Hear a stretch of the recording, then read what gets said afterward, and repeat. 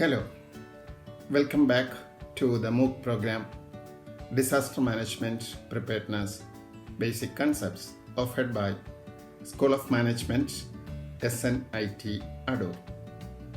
In this session, we shall discuss the 5 R in disaster management, such as response, rescue, relief, recovery, and resilience. To start with, we shall discuss the term mitigation. Do you know what is mitigation? Mitigation is the set of efforts to reduce loss of life and property by lessening the impact of disasters. It involves analyzing risk, reducing risk, and ensuring against risk. In short, mitigation is proactive measures taken before an emergency or disaster occurs. Risk mitigation strategies involve risk identification, analysis, planning, implementation, and risk tracking. Examples of mitigation strategies include land use planning and design decisions that avoid development and community infrastructure in areas prone to hazards, hazard-specific control activities such as flood levies, design improvement to infrastructure or services. Risk mapping, construction of shelters, risk awareness campaign are also considered as mitigation efforts. Response is aggregate of decisions and actions taken during the disaster phase with a view to lessen the impact of disasters. It follows rescue and relief operations. These involve the second phase of disaster management cycle. Normally, the local community is the first responders. However, for rescue operations, trained professionals are needed. Goal of search and rescue operations is to minimize loss of life and injury and to save maximum number of people within the shortest possible time. It also ensures minimum injury and damage to the rescuers.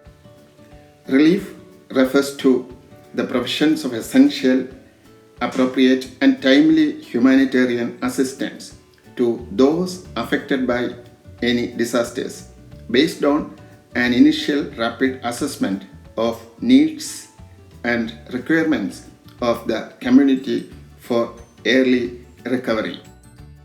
Leaders, social workers, government, and common public join hands together in providing relief to affected people and communities.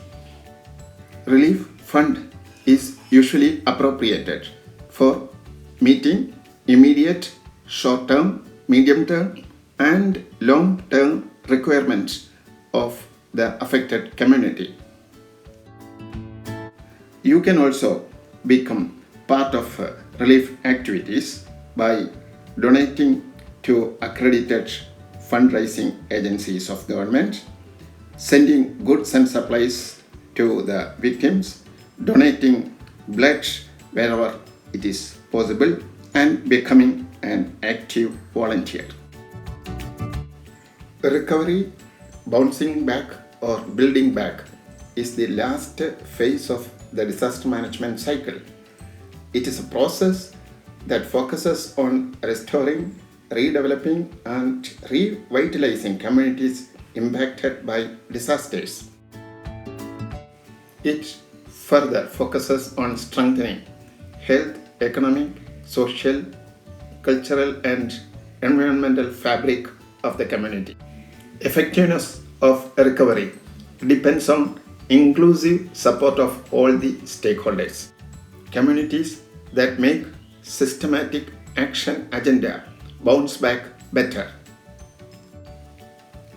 Disaster resilience is the ability of individuals, communities, organizations, and states to adapt to and recover from hazards, shocks, or stresses without compromising long-term prospects for development.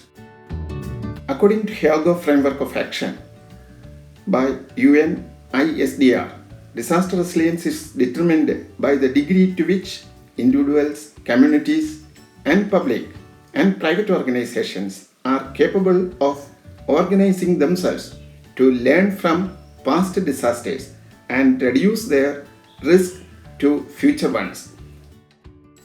The system of resilience has 4 core elements. They are context, the shock, capacity, and reactions to the shock. You may please note that sensitivity for survival, coping up, recovering, learning, and transforming enables bouncing back better. Dear learners, we are at the close of session 4. We discussed the 5 R: response, rescue, relief, recovery, and resilience, which constitute the post-disaster situation. These are part of the disaster management cycle. Here is an assignment. Assess preparedness of your community on the basis of 5 R. Send your response to the mail ID given. Thank you for watching and learning. We shall meet in the next session. Till then, be prepared, be safe, and be happy.